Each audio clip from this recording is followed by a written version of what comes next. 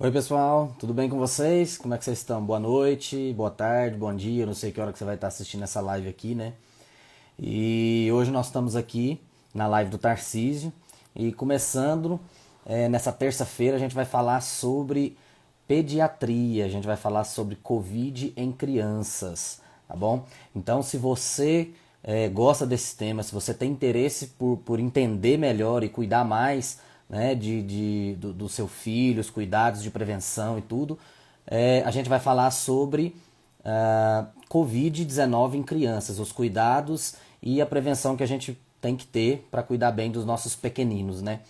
E então, se você gosta do tema ou conhece alguém que tenha filhos, compartilhe esse link, né, dessa live com a pessoa para que a pessoa possa tirar suas dúvidas. Eu vou conversar hoje com a doutora Juliana Macedo, que é pediatra aqui em Brasília, e a gente vai trazer informações a respeito da Covid-19 em crianças, tá bom?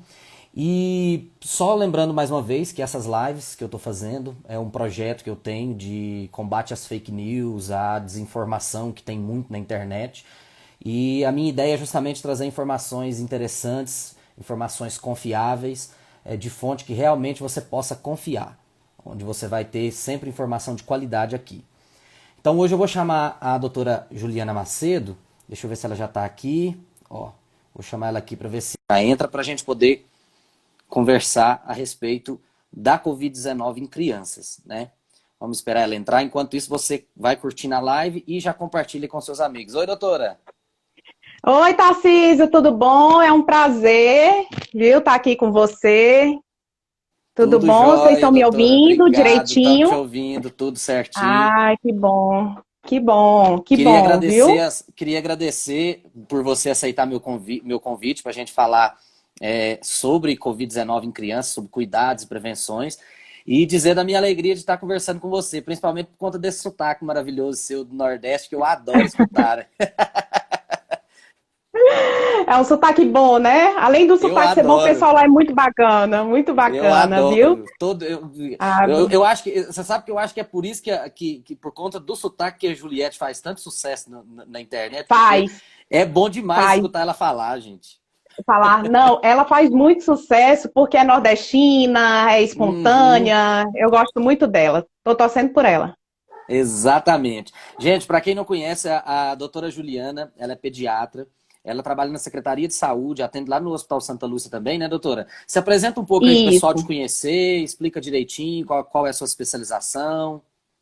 Tá certo. Boa noite, né? Primeiro eu queria agradecer você, Tarcísio, por essa iniciativa, tá? De estar fazendo essa live justamente sobre Covid, focando em crianças, né? A gente precisa muito focar nesse tema. Existem muitos pais ainda com dúvidas, né? Preocupados, né? Às vezes os responsáveis que cuidam das crianças, enfim. E Uhum. a gente está aqui para tirar, né, essas dúvidas, desmistificar algumas coisas, né? E explicar os sinais de alerta, precaução, cuidados, enfim. Então, parabéns Isso. pela iniciativa e te agradeço pelo convite, Obrigado, tá? doutora. Aqui no seu Obrigado. Instagram, tá bom? Eu me chamo Juliana Macedo, eu sou pediatra há 10 anos pela Secretaria de Saúde, tá? Eu trabalho atualmente no Hospital Materno Infantil de Brasília, né? Eu cuido, fico na parte da emergência, né?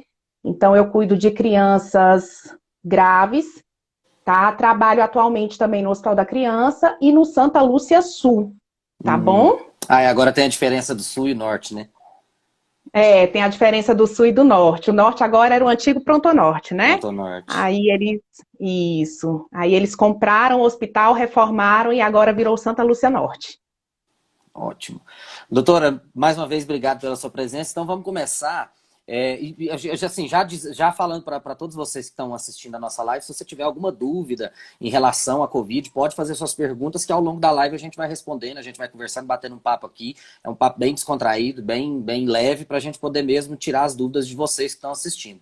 Então, para a gente começar, doutora, eu queria te perguntar o seguinte: a gente sabe dos sintomas que acometem as pessoas que estão infectadas pelo Covid-19 e eu queria saber, existe alguma diferença de sintomas em criança? Algum sintoma que é mais exacerbado em criança? Ou não? Ou é tudo igual? Os sintomas são os mesmos? A gente tem que suspeitar do Covid do mesmo jeito que é com o adulto? Como é que é? Explica para nós. Certo, Tarcísio, é o seguinte, os sintomas em crianças, geralmente eles são sintomas leves, né? Geralmente a criança, ela não tem uns sintomas assim tão exacerbados como os adultos, Uhum, tá? Geralmente, graças a Deus, a criança, ela tende a ser ou assintomática ou ter os sintomas mais leves, tá? Os sintomas são basicamente os mesmos de uma síndrome gripal. Então, começa com o quê? Com coriza, com tosse, com espirros, hum, né? Dependendo da criança, quando a criança, né, se torna maior, ela consegue diferenciar, às vezes pode perder o olfato, o paladar. Os sintomas são os mesmos, tá? Só que apenas 1 a 3% dessas crianças que são contaminadas que evoluem para casos de necessidade de internação e oxigênio-terapia. Então, para ficar bem claro que de 100%, 13% hoje são de crianças contaminadas, tá? E desses 13%, apenas 1 a 3% é que necessitam de hospitalização, tá bom? Então, a taxa primeiro, de contaminação é muito pequena. uhum, Segundo, além da taxa de contaminação ser pequena, a taxa de hospitalização é muito baixa e a taxa de óbito é mínima. Graças a uhum. Deus, pouquíssimas crianças foram a óbito. Mas os sintomas são sintomas de síndrome gripal. Então, começa com sintomas leves e, dependendo do caso, né, isso vai, se a criança for piorando, isso vai exacerbando.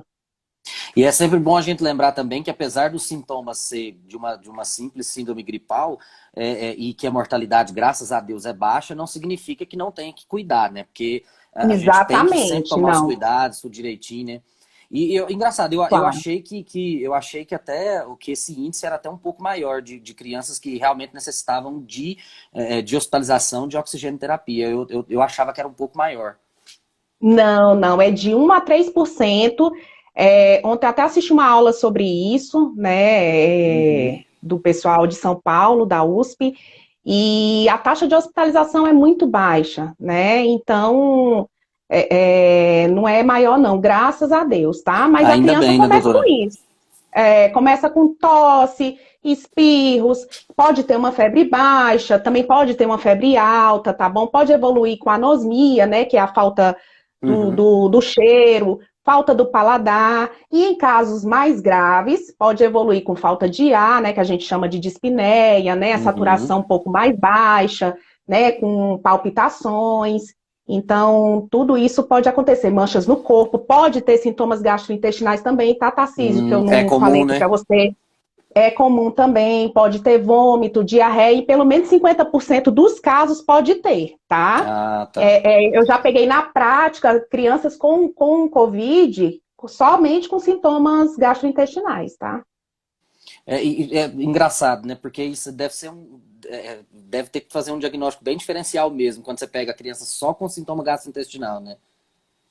E assim, Tarcísio, a gente está no meio de uma pandemia, né? Quando a gente não estava na pandemia, antes de fevereiro do ano passado, a gente pegava muitos quadros de jeca por outros tipos de vírus, entendeu? Mas Uhum. hoje a gente está no meio de uma pandemia, né? E querendo ou não, se chega para a gente no consultório com esses sintomas, a gente tem que suspeitar. Já Não suspeita, tem né? jeito. Já tem que É. suspeitar e fazer as orientações. Eu lembro de uma fala do ministro Mandetta, quando ele, bem no início da pandemia, ele explicando a dinâmica da pandemia, e ele falava o seguinte, que na pandemia, quando você está em pandemia, tudo é Covid. Tudo é Covid. Se tem sintoma de Covid, tudo é Covid. Depois você faz o exame e descarta o Covid. Mas até então você trata tudo como se fosse Covid. Doutora, e sabe o que, Assim. sabe o que eu queria saber? Que foi uma pergunta que apareceu muito nas caixinhas de pergunta, que é o seguinte: se Uhum. dentro desses grupos, dentro do grupo criança, se existe um subgrupo de crianças de risco, o que seria essas crianças que tendem mais a evoluir pior dentro da Covid? Existe um subgrupo de risco? Existe sim, Tarcísio. Existe sim aquelas crianças que tendem a evoluir para quadros mais graves, né? Uhum, Então, são principalmente aquelas, né, que têm alguma doença pulmonar crônica, principalmente asma, uhum, né? Fibrose cística, tá? hum, Crianças cardiopatas, né, tendem a evoluir com quadros mais graves. Crianças que têm insuficiência renal crônica também, diabetes que não esteja controlada, né? Então, uhum, se a criança tiver diabetes, uma chance aí de evoluir para a gravidade. Crianças também que têm imunossupressão também, Tarcísio, crianças ah, transplantadas, né? uhum, Então, que tem algum tipo de imunossupressão, que façam uso de imunossupressor, crianças com doenças oncológicas, né? Também podem evoluir uhum. mais facilmente aí para quadros mais graves. Então, se a mãe já souber disso, ela já tem que ficar mais atenta, com maiores Já tem que ficar mais cuidados, né? atenta, isso, já tem que Uhum. ficar mais em alerta. Doutora, antes de eu passar para a próxima pergunta que apareceu na caixinha, vamos ver Uhum. essa da Marisa aqui. A Marisa Cacheta é uma enfermeira lá do Gama. Ela trabalha lá no Hum. centro de saúde. Ela está perguntando, Boa doutora, noite, Marisa. você solicita RT-PCR, né, o SUAB, para crianças menores de 2 anos? Solicito, Tarcísio. Eu oriento para todos. Não há contraindicação, tá, Marisa, para nenhum tipo de faixa etária de coleta de RT-PCR, tá? Isso é uma conduta minha. Se eu desconfio, eu oriento Já a acolhe, mãe né? a coletar o RT-PCR. Mesmo que ele venha negativo, tá? Eu oriento o isolamento. Se a criança não tiver nenhuma daquelas patologias, principalmente imunossupressão, ou que não ficaram em Uhum, UTI, enfim, não tiveram uma doença mais grave, são 10 dias de isolamento, tá? Mesmo que o RT-PCR venha negativo. Por quê? Existe uma mínima probabilidade de vir falso negativo. Então, eu sempre uhum. oriento que, mesmo que venha negativo, eu oriento o isolamento. E esses 10 dias de isolamento, ele é a partir do primeiro sintoma ou a partir de quando ele te procurou? Não, Tarcísio, a gente considera para crianças sintomáticas a partir do primeiro dia do sintoma, tá? Primeiro dia de Agora, sintomas. se, por exemplo, agora, por exemplo, a criança está assintomática, a família procura o médico e deseja fazer o exame do RT-PCR, mas ela não tem sintoma nenhum porque teve contato com alguém e a família está preocupada, quer fazer o exame, aí a gente considera o isolamento, se caso ela for positiva, a Uhum. partir da data do exame, tá bom? Entendi, Aí entendi. 10 dias E, para frente. doutora, e como que quais são os sintomas e quando que eu devo procurar o hospital? Quando que eu devo levar o meu filho para o hospital? Por exemplo, a maioria dos pediatras indica que, assim, se seu filho está com febre, eu costumo muito Uhum. falar isso para a Lorena. O Miguel às vezes dá uma febrezinha aqui e ela, nossa senhora, tá com febre, vamos levar para o hospital. Eu falo, meu bem, vamos esperar pelo menos 24 horas, 48 horas ou 72 horas para a gente ver se vai evoluir ou não. Então, a dúvida que todo mundo tem principalmente na pandemia agora, Oi, é Elô. quando eu devo procurar realmente o hospital, quando eu devo levar meu filho com algum sintoma de Covid para o hospital. Pessoal, é o seguinte, a partir do momento que a criança tem uma suspeita de Covid, o ideal é que ela não fique circulando na rua. Então, veja bem, a criança tem sintomas gripais, tá? Começou com coriza, com tosse, mas está espertinha, não tem diarreia, não está vomitando, a febre não está alta e Hum, persistente, não tem mancha no corpo. Eu acho que dá para você aguardar um pouquinho. Se tiver alguma dúvida, tá certo? Dá para você. Existem outros recursos, como a telemedicina, né? Se você tiver o pediatra particular, você pode entrar em contato com esse pediatra particular e fazer uma consulta online, por exemplo, uhum. É uma tá? boa, né? Então Na, dá na, para na fazer pandemia está sendo muito bom, no né? meio da pandemia. Isso é para evitar o risco de circulação na rua e contaminação de outras pessoas. Então, a partir do momento que a gente suspeita ou tem um caso confirmado, a gente tem que isolar aquela pessoa. Então, Uhum. a minha orientação é, se o caso for leve, né, nesse sentido, procure o pediatra, procure conversar com o pediatra. Se você está com alguma dúvida, procure esse recurso, tá? Se você estiver angustiado em casa, enfim, procure o PS. Mas o ideal é que você parta para esse recurso primeiro, tá bom? Uhum. Agora, se porventura a criança evoluir com febre persistente por mais que 72 horas, vômitos, diarreia, desidratação, que é o quê? Língua seca, sonolência excessiva, choro sem lágrima, parou de urinar por Hum, mais que 12 horas, muleira funda naquelas crianças menores de 1 ano, né? Aí a gente tem que procurar o pronto-socorro. Também, manchas na pele também, vermelha ou roxa, tá? Tem que procurar. Cansaço para respirar também. Se a mãe está notando que a criança está apresentando hum, cansaço, né, o uso dessa musculatura acessória, ela tem que também procurar imediatamente o pronto-socorro. Mas se os sintomas forem leves, né, por exemplo, for só uma tosse leve, mas a criança estiver espertinha, brincando, pulando, né, a febre for baixa, dá para você observar, manter o link com o pediatra, né, uhum. tentar fazer a teleconsulta, né, para evitar a circulação, tá? Se houver qualquer sinal de alerta, buscar o pronto-socorro. Entendi. Você falou da musculatura acessória. Como eu nunca fui, eu fiz alguns plantões na pediatria do hospital de base, mas acabou que nunca foi uma área minha que eu tive muita experiência, nunca fui muito fã de pediatria. Então eu não lembrei, quando você falou aqui, eu não consegui visualizar. A A criança, quando ela utiliza musculatura mais a musculatura acessória, seria aqui ou mais a barriga? essa Porque, por exemplo, região da o caixa adulto usa mais. torácica. O adulto usa mais aqui, né? A criança usa mais o abdômen, como é que é? Isso, mas essa musculatura aqui da caixa torácica, se tiver batimento Uhum. também da asinha do De nariz, asa né? nasal, né? Isso, a região aqui dessa fúcula aqui estiver afundando, né? Então é sinal que a criança está com desconforto respiratório, tá bom? Hum. Saturação também abaixo de 92% também, a gente já considera caso de moderado a grave, então tem que procurar Eu, o PS. esse negócio da saturação é engraçado, né? Todos os meus amigos que me ligam falando, ou a pessoa falando que tá com Covid, ou fulano tá com Covid. A primeira coisa que eu falo, ó, já compra logo o oxímetro, porque o oxímetro é uma coisa barata e que te dá um parâmetro muito bom para você poder avaliar se você tá ou não, se o seu quadro tá evoluindo bem ou se tá evoluindo mal. Porque a gente sabe que tem gente que vai evoluir, começa a evoluir mal e só vai apresentar sintomas 3, 4 dias depois, né? Mas a saturação a gente consegue monitorar isso e é um equipamento tão simples, tão rápido, né, que a gente consegue Isso. Mas é monitorar, né? importante. Mas é importante que a pessoa, quando for fazer a compra do oxímetro, ela saiba utilizar aquele aparelho. Porque não adianta você comprar e não saber utilizar. Entendeu, Tarcísio? Porque muitas vezes, se você utiliza desse recurso e você não sabe utilizar de uma maneira adequada, ele traz mais ansiedade para você do que um conforto, entendeu?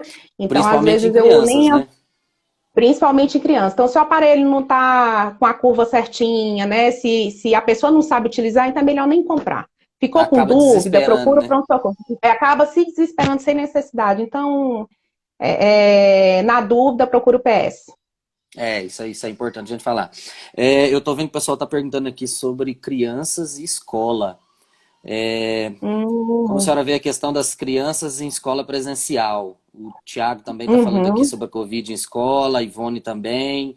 uhum. Como é que está funcionando essa questão porque Pergunta boa. pelo que eu tô percebendo, parece que não está tendo tanta relação das crianças com a Covid, né? Eu não sei, o que você me diz?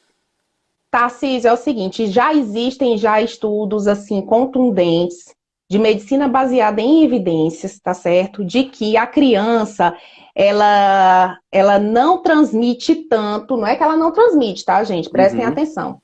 Ela não tem um poder de transmissão tão grande igual ao adulto. O pessoal ainda não conseguiu entrar num consenso do porquê isso acontece. Alguns falam que é porque a caixa torácica da criança é pequenininha, alguns estudos falam que é pequenininha, então elas não conseguem liberar tanta gotícula e aerosol, então Ah, acabam não tá. contaminando como adulto, tá? É o seguinte, a gente da sociedade, na verdade, eu sou membro da Sociedade de Pediatria, né, brasileira de pediatria, e a gente tem focado muito também na questão das doenças mentais, né, que tem acontecido, né? Principalmente nas crianças com uma vulnerabilidade social maior, né? Maior, né? A gente tem visto maior, assim, um aumento da violência doméstica, né? As crianças mais depressivas, mais ansiosas, né? Então, o que que a gente tem orientado? É claro que se a família tiver condições de manter a criança em casa, tudo bem, mantenha. Mas se não tiver, pode mandar a criança para a escola, desde que a escola também esteja cumprindo as normas da vigilância sanitária, né? Que é Uhum. cumprindo principalmente a questão do distanciamento social, uso de máscara, né, álcool em gel, né, continue fazendo a lavagem das mãos, observando sempre essa questão do distanciamento entre as carteiras, para que evite o mínimo de contaminação, tá Eu e a bom? Mas Lorena, assim, eu sou. eu e a Lorena, minha esposa, a gente presta consultoria para algumas escolas em relação ao Uhum, distanciamento e tudo.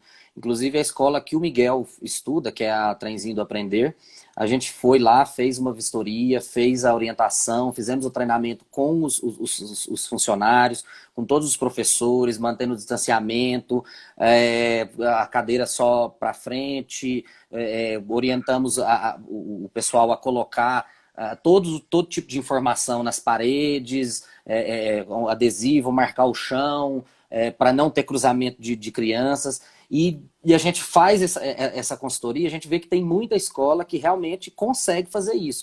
Então, assim, eu até adicionaria algumas informações em relação a isso, que é o seguinte, tem escola que você já vai chegando na escola e você já vai prestando atenção em pequenos detalhes que te faz ver, você pai, mãe, que você consegue ver que aquela escola realmente está seguindo todos esses protocolos, né? Então fique bastante uhum. atento, você que é pai e mãe, vá na escola, pergunte se tem um protocolo a gente chama de protocolo de contenção, né? Fugiu o nome aqui agora, oh meu Deus.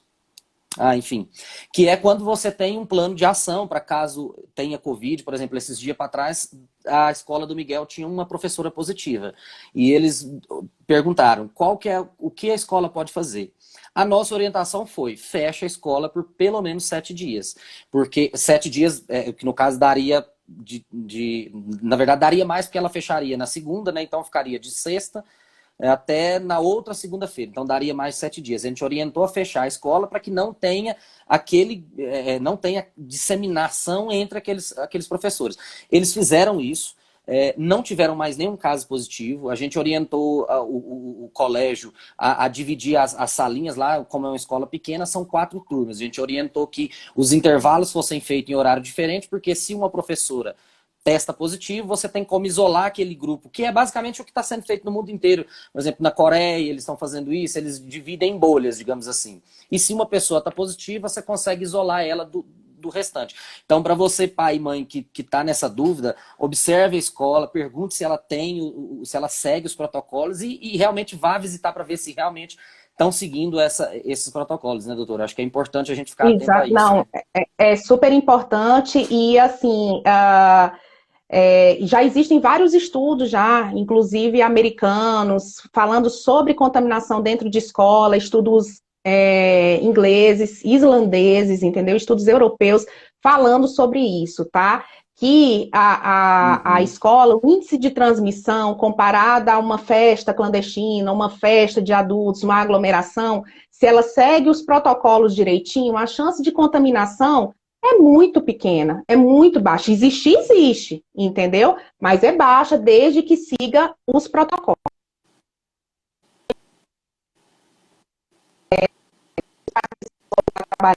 Acho que deu.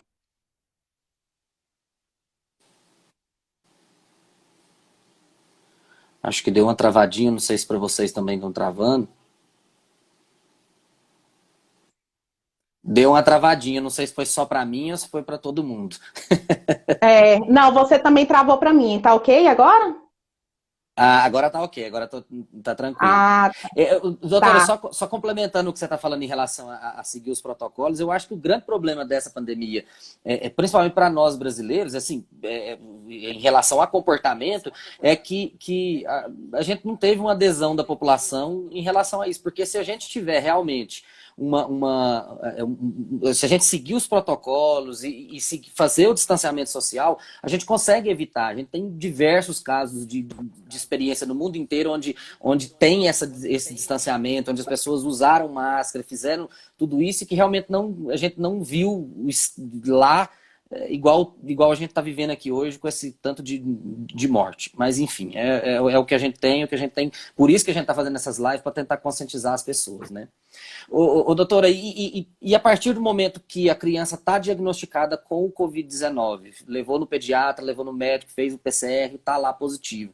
Quais são os principais cuidados que a gente tem que ter com essa criança? Qual é o período de isolamento? Não sei se é os mesmos 10 dias que você disse ou se tem alguma outra diferença. O que é? O CDC americano, ele orienta 10 dias de isolamento para as crianças que não tenham nenhum tipo de imunossupressão, tá? Ou que, né, não usem nenhuma medicação imunossupressora ou doenças que causam imunossupressão. E também que não tenham ficado em ambientes de UTI ou de internação prolongada, tá? Então, o isolamento são de 10 dias. A gente orienta o quê? Principalmente ingesta de líquido, né? E uso de sintomáticos para controlar os sintomas, tá? Que fique bem claro aqui que eu estou falando aqui, gente, em medicina baseada em evidências. Não existe tratamento precoce, não existe isso. Isso não existe. Entendeu? Então, assim, não existe tratamento precoce para criança. Eu pego vários pais perguntando, não sei o quê, eu dou ivermectina a cada... Não existe, tá? Não existe nada comprovado cientificamente de que isso resolva, tá bom? Então, o tratamento é o quê? É tratamento de suporte, sintomáticos, repouso, ingestão grande de líquidos, né? É normal a criança perder o apetite, então não se desespere, mas ela tem que ingerir líquidos para evitar desidratação e o isolamento. É você tirar essa criança do local de convívio e mantê-la isolada durante 10 dias, que é onde que é o período mínimo aí para evitar o risco de transmissão. Se for uma criança que ficou por muito tempo em UTI ou que tiver que usar medicações imunossupressoras ou que tiver doenças, né, que causam imunossupressão, então são 20 dias de isolamento. Certo. E é importante a gente falar dessa questão do tratamento precoce, porque eu vejo muita gente, principalmente até mesmo o adulto, né? Quando ele vai no médico e o médico fala, você vai tomar só dipirona e vai se hidratar. A pessoa fala, meu Deus do céu, eu vou morrer porque meu o Deus, tratamento não. Gente, é assim mesmo. Inclusive, infelizmente, eu tive uma morte na família agora recentemente, do Covid, e o pessoal, eu não sei se é porque a gente está tão acostumado com essa visão de que você tem que ir no médico, você tem que sair de lá com uma lista de remédio para você tomar, e a população já está tão com isso internalizado que acaba não aceitando que realmente esse é o melhor tratamento. E a gente tem que esclarecer isso, é tratar mesmo os sintomas. Por exemplo, eu vejo que quando eu trabalhava no pronto-socorro, a gente via que, independente da primeira da doença, da causa, da primeira doença que a criança tem, a gente pegava muita criança com desidratação. Então, independente de ser Covid ou de ser outro tipo de doença, a criança, por ser pequena, a gente vê que tinha muito caso de criança desidratada no pronto-socorro. Então, eu achei super interessante você falar sobre a hidratação, que realmente a criança vai perder o paladar, né? Os colegas que tiveram Covid falam que é horrível você comer sem... Eu não tive Covid, então não posso falar, mas os meus colegas falavam, gente, é horrível você comer uma coisa que você não está sentindo gosto. Mas, enfim, tem que insistir para comer, tem que insistir para se hidratar bem, né, doutora? Exatamente, porque se a criança evoluir para um quadro de desidratação moderada grave, ela vai precisar de ser internada. Então, o ideal é que essa criança se hidrate, né, com líquidos, né, com sucos, né, enfim, para que evite desidratação. Ok. Doutora, e outra coisa, em relação a recém-nascidos, o que a família deve tomar cuidado com o recém-nascido, por exemplo, em relação à visita de familiar? A gente sabe que quando nasce a criança, todo mundo quer visitar, todo mundo quer ver, quer pegar, enfim. E como que a gente vai fazer isso durante a pandemia? É recomendado a família receber gente de fora para visitar o recém-nascido? Ou tem que ser realmente sem educação e falar, não é hora para você vir, fica na sua casa. Depois que passar a pandemia, você vem ver o meu filho. Tarcísio, eu sempre oriento os pais e a família a utilizar o bom senso, né? A orientar as pessoas sobre o bom senso, né? Nós estamos dentro da sazonalidade respiratória da criança. Então, de início de março até final de junho, todo ano a gente enfrenta problemas respiratórios na criança. Aí juntou Uhum. agora com a pandemia do Covid, aí pronto, né? Nó. Mas o que eu vejo hoje em dia, na experiência prática que eu vejo de emergência, eu não vejo tanta contaminação por Covid, eu vejo muito por vírus sincicial. Hoje o vírus sincicial respiratório tende a ser bem mais grave do que o Covid. E se o pai e eu falo assim, que essa questão de cuidados com o recém-nascido não é só porque pela questão do Covid, não, é desde sempre. A família Desde tem que sempre, tomar né? cuidado para evitar com que ela pegue outras doenças. É uma criança que só tem duas vacinas, que vai ser a hepatite, que ela já sai da maternidade, a BCG. Uma Uhum. criança que não está vacinada, a imunidade ainda não está madura, né? Então, a gente orienta que realmente não saia, que evite visitas nesse período, tá certo? Não só pelo Uhum. Covid, mas por outros micro-organismos também, principalmente o vírus sincicial respiratório, que veio assim com força, né, nas crianças, principalmente abaixo de 3 meses. A gente está pegando muita criancinha grave, muita. E os sintomas desse vírus são parecidos com a da Covid? São parecidos. A criança evolui com um quadro principalmente de bronquiolite, né, que é uma Uhum. inflamação dos bronquíolos terminais. Né? Então, dá cansaço, né? A criança, na verdade, a criança começa com sintomas gripais, com uma coriza, com uma tosse, e depois ela evolui com dispneia. E ela tem, que é o cansaço, né, pessoal? Uhum. É, Aquela e dificuldade para aí, respirar e tudo. dificuldade para respirar, e aí ela precisa de suporte ventilatório, de oxigênio, e precisa ficar internada. Tá? Uhum. E o vírus sincicial, ele é mais grave do que o próprio Covid em criança, tá? Olha que interessante, isso eu não sabia, olha só, tá vendo? Uhum. Doutora, em relação à gestante e às lactantes, quais são os cuidados que ela deve tomar durante a pandemia para não se contaminar? Existe algum cuidado específico ou é o cuidado normal mesmo? Usar máscara, Não, o distanciamento? cuidado é o mesmo. O cuidado são os mesmos, tá, Císio? É manter Uhum, uma alimentação equilibrada, né? A gente sempre orienta essa parte da alimentação, né? Manter uma uhum, alimentação equilibrada, evitar aglomerações, manter o uhum, distanciamento social, utilizar máscaras, né? De preferência, se for máscara de pano, utilizar máscara pelo menos 3 camadas, tá bom? uhum. É, lavar bem as mãos e utilizar álcool em gel. Entendi. Mas E no caso de uma mãe lactante, né, que esteja positivada com o Covid, quais são os cuidados que ela tem que ter para não contaminar o seu bebê? na verdade, assim, não tem como assim, evitar isso, né? A criança Uhum, corre um risco. Não há contraindicação de amamentação nas mães positivas para Covid, tá? Então, ela uhum. pode continuar, assim, amamentando no seio materno. O que a gente orienta é a utilização de máscara, né? E sempre lavar a mão e utilizar álcool em gel. Mas a amamentação, ela deve ser mantida, Redobrar tá? os cuidados Então, com a higiene, né? isso, com higiene e utilizar máscara sempre em casa e durante a amamentação. Entendi. Doutora, em relação aos medicamentos que não devem ser utilizados, acho que você já falou, né? Que a gente não deve medicar a criança com ivermectina, com cloroquina, com nada dessas Gente, porcarias, né? não, nada, porque isso não faz efeito e, pelo contrário, pode trazer efeitos colaterais graves, né? Então, por exemplo, Uhum, a utilização de ivermectina, se você usa de uma maneira aí, enfim, ai meu Deus, faltou até a palavra agora, de uma maneira indiscriminada, né? Se você utiliza ela de uma maneira indiscriminada, ela pode causar alterações hepáticas, inclusive insuficiência hepática. A gente já é. viu isso aqui pelos de ivermectina, tá? De forma indiscriminada a cada que tem gente que estava fazendo usar um ano, Tarcísio. Eu já Nossa, vi gente gente. a cada 15 dias. Eu fiquei assim impressionada, né?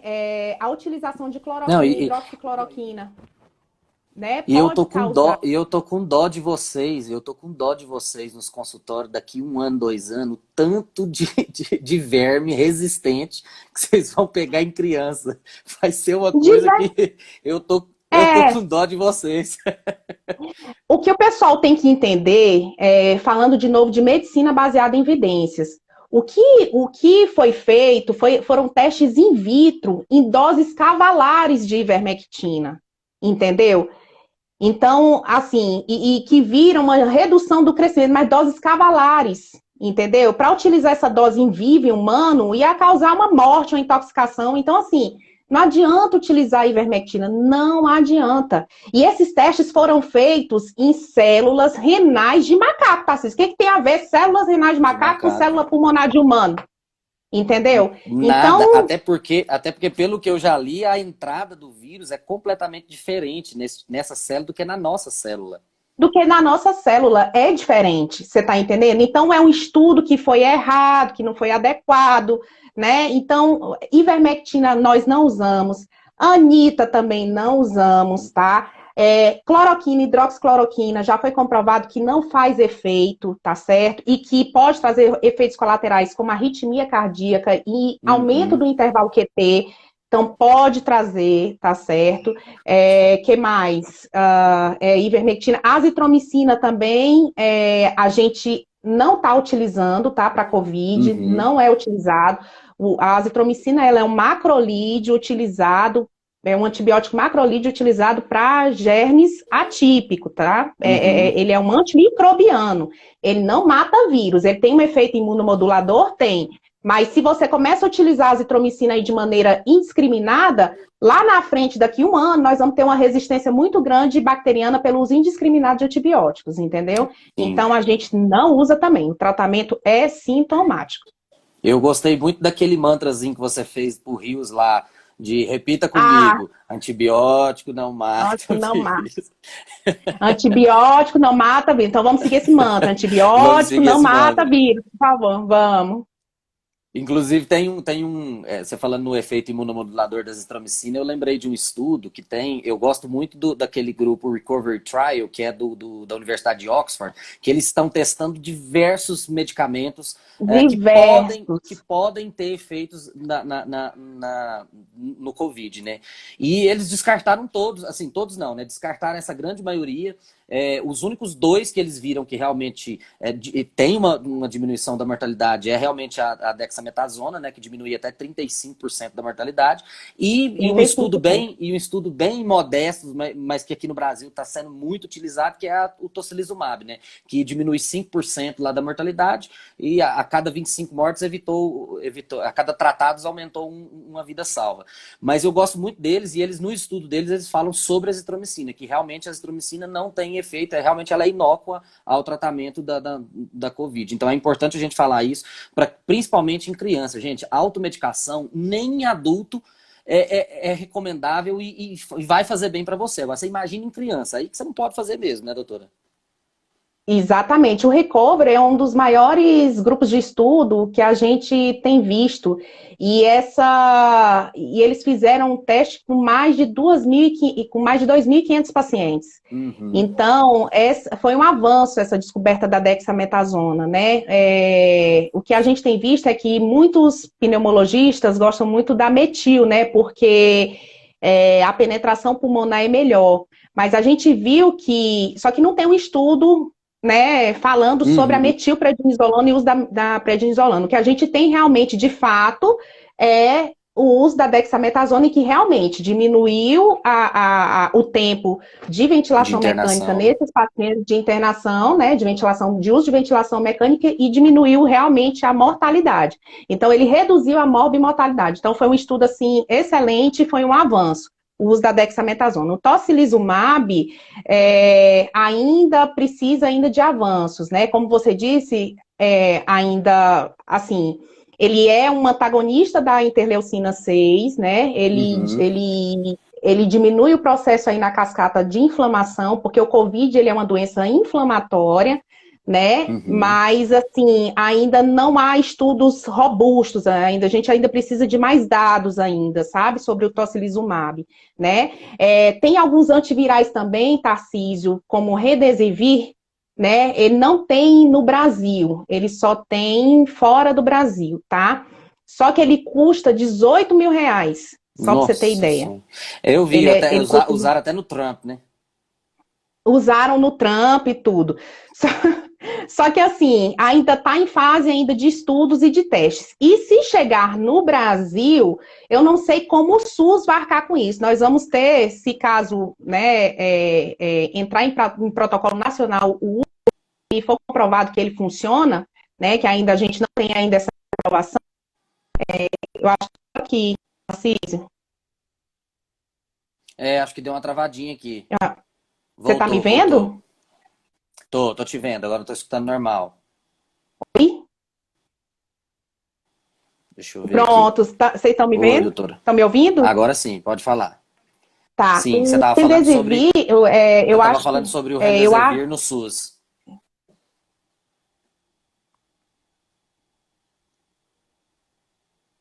deu uma travada Travou? aqui. Pronto, agora. Pronto, agora Será que é a melhorou. minha internet? Pois é, aqui eu tô tranquila. Aí o que Vale. que acontece? Esse antiviral, Tarcísio, ele custa muito caro. Então, se ele chegar a vir para o Brasil, eu não sei como Uhum. os pacientes do SUS terão acesso a essa medicação, viu? Eu acho que muita É, gente deve entrar na justiça para poder conseguir ter acesso a essa medicação, se caso for comprovado o uso dele, né? o uso dele, né? É. Doutora, teve uma outra pergunta também que apareceu na caixinha, que foi a questão da síndrome de Kawasaki na Covid-19. Eu queria que você Uhum. explicasse o que é essa síndrome de Kawasaki, para quem não sabe o que é, e se ela tem uma relação com a Covid em crianças e o quão grave isso é, né? Uhum. Na verdade, Tarcísio, a Kawasaki, ela existe desde 1957, tá? Acho que 1957 a 1967. E ela é uma Hum. doença de etiologia desconhecida, né? Então, ela é uma doença inflamatória multissistêmica, tá? Que acomete crianças Uhum. de 0 até 5 anos, tá? O que supõe-se nos estudos é que essa doença ela pode estar relacionada a pós-infecção de quadros virais, não Hum. só pelo Da Covid, Covid. tá? Não só pelo Covid. Hoje a gente tem uma doença muito parecida que é o SIMP, né? Que é a Síndrome Inflamatória Multissistêmica Pediátrica Isso. pós-Covid.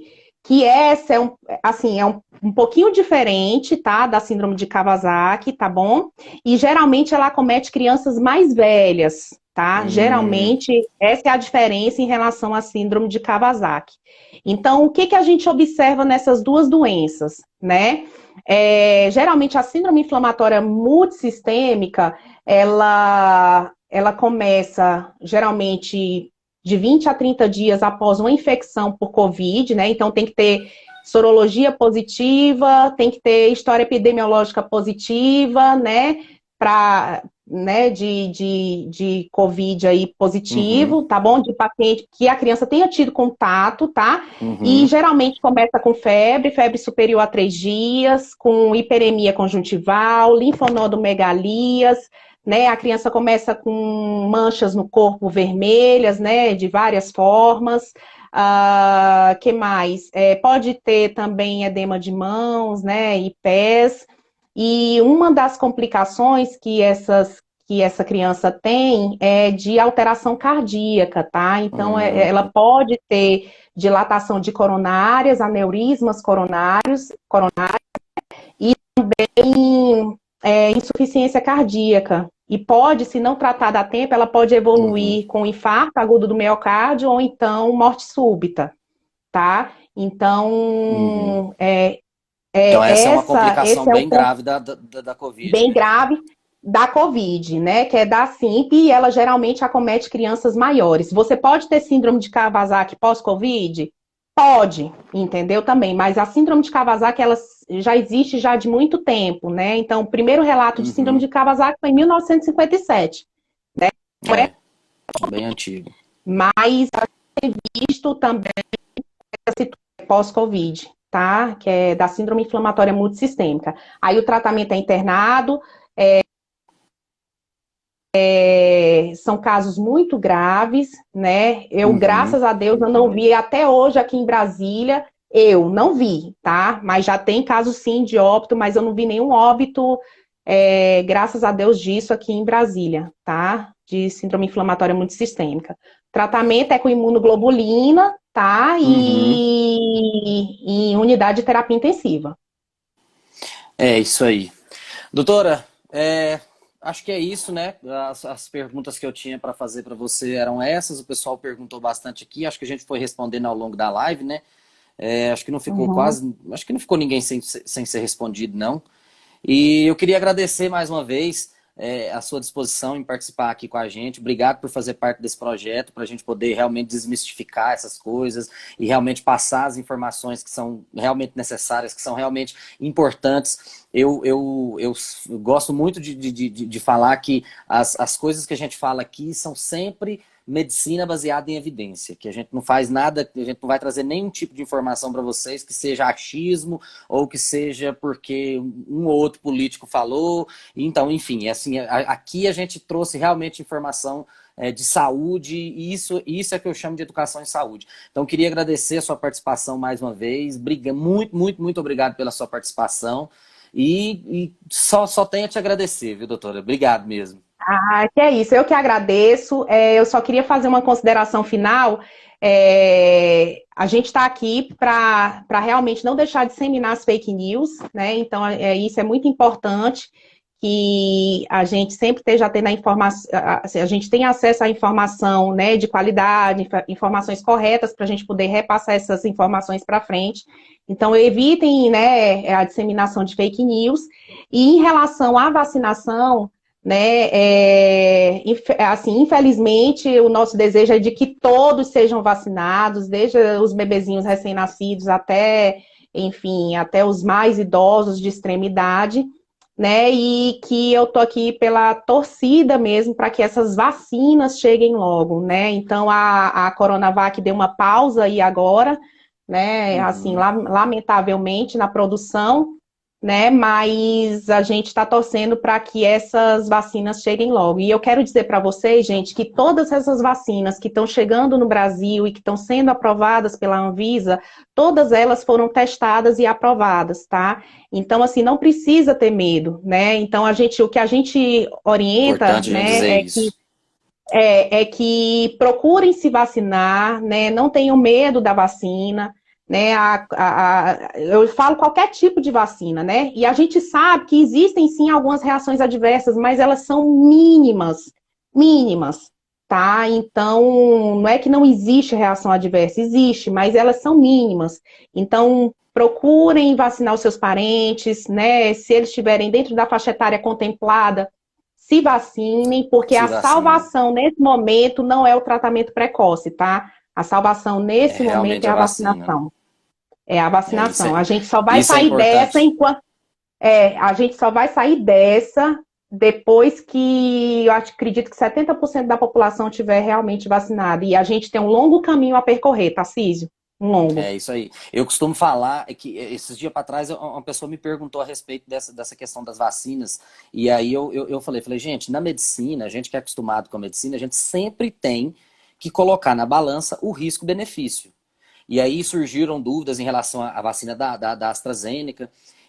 A pergunta que ela me fez foi em relação à AstraZeneca, né? Eu falei, olha só, da AstraZeneca a gente tem mais de 14 milhões de doses aplicadas em um monte de gente no mundo inteiro.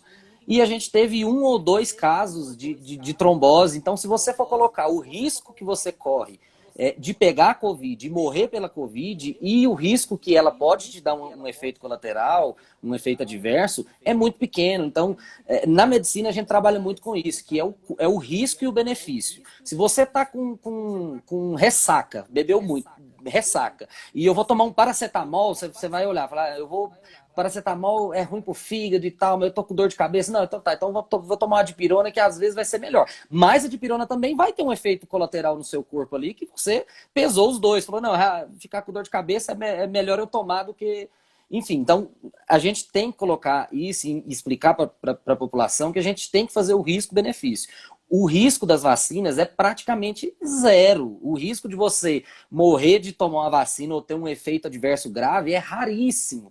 Agora, o risco de você morrer de Covid, ele é real, tá matando muita Ele gente. é real e frequente, Ele é tá real e matando muita frequente. gente. Exatamente. O que a gente tem que falar aqui, eu falo como pediatra emergencista também, é que a situação não tá fácil, tá, nos hospitais, tá bom? Não é fake news de televisão, aqui dali é verdade mesmo que a gente está vendo, Uhum. tá? Não, eu não tô aqui querendo apavorar, não, mas assim, na verdade é conscientizar a população de que ela tem que fazer o seu papel também. A gente sabe que o governo, eu me refiro ao governo da esfera federal, estadual e municipal, ele tem que fazer o seu papel, né? Ele teria que fazer o quê? Qual era o papel direito para que a gente evitasse esse tanto de mortes, né? É testagem em massa, isolar os casos positivos, entendeu? Conscientização.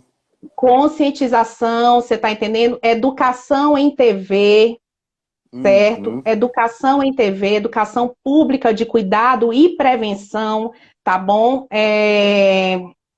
Principalmente também uma saúde pública mais eficaz, né? Uhum. Então, né, com mais leitos de internação, mais leitos de UTI, né? Enfim, menos corrupção e Exatamente. menos corrupção, porque a partir do momento que isso acontece, né, então a gente desvia dinheiro para essas melhorias aí da Falcatruas saúde, tá? desse povo. Né? Doutora, Pois tá bom. obrigado, viu? Obrigada. Obrigado Um beijo. pela sua disposição em participar aqui. Eu acredito que a gente passou muita informação boa, informação de qualidade. E mais uma vez te agradecer. E queria que você deixasse os locais onde você atende para que o pessoal possa te encontrar, para que possa levar as crianças para você fazer o acompanhamento. Fale aí onde é que você atende para o pessoal poder. Eu atendo na Clínica Meta, na Asa Norte, tá? No edifício Life, tá bom? Uhum. Então vocês podem entrar no @doutora.julianapediatra, lá na minha bio, tem o endereço certinho, tá bom? E o local lá para quem quiser marcar uma consulta comigo. Ok, e sigam a doutora Juliana, se você quiser seguir ela, clique bem Muito aqui ó, na tela, obrigada. tá vendo? Vocês vão ver aqui, aí você clica lá, você vai achar a doutora Juliana e o local onde ela atende lá. Doutora, brigadão de novo, foi um Um prazer estar conversando abraço, com você, um beijo. brigadão, viu? Beijos. Qualquer coisa eu estou à disposição. Um beijo, tchau. Obrigado, tchau, beijo. Tchau, beijo, tchau. Pessoal, então é isso aí. Obrigado a todos vocês que participaram dessa live. Eu acredito que essa live ajudou muito vocês, ajudou as pessoas, ajudou pai e mãe. A gente, como eu sou pai também, então a gente fica muito apreensivo em relação à Covid em crianças. Então, eu acredito que isso ajudou demais vocês.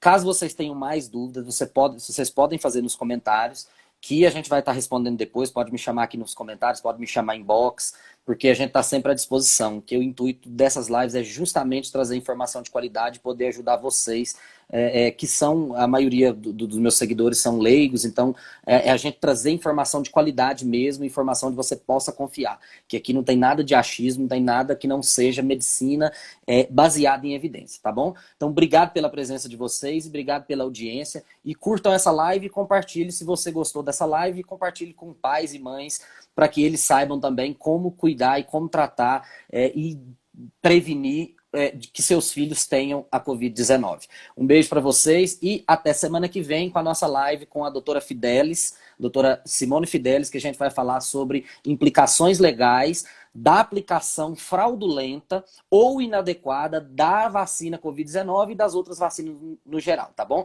É dia 21 às 18 horas, não, 18 não, às 20 horas, tá bom? E eu espero vocês na próxima quarta-feira para a próxima live. Beijo e até a próxima. Obrigado.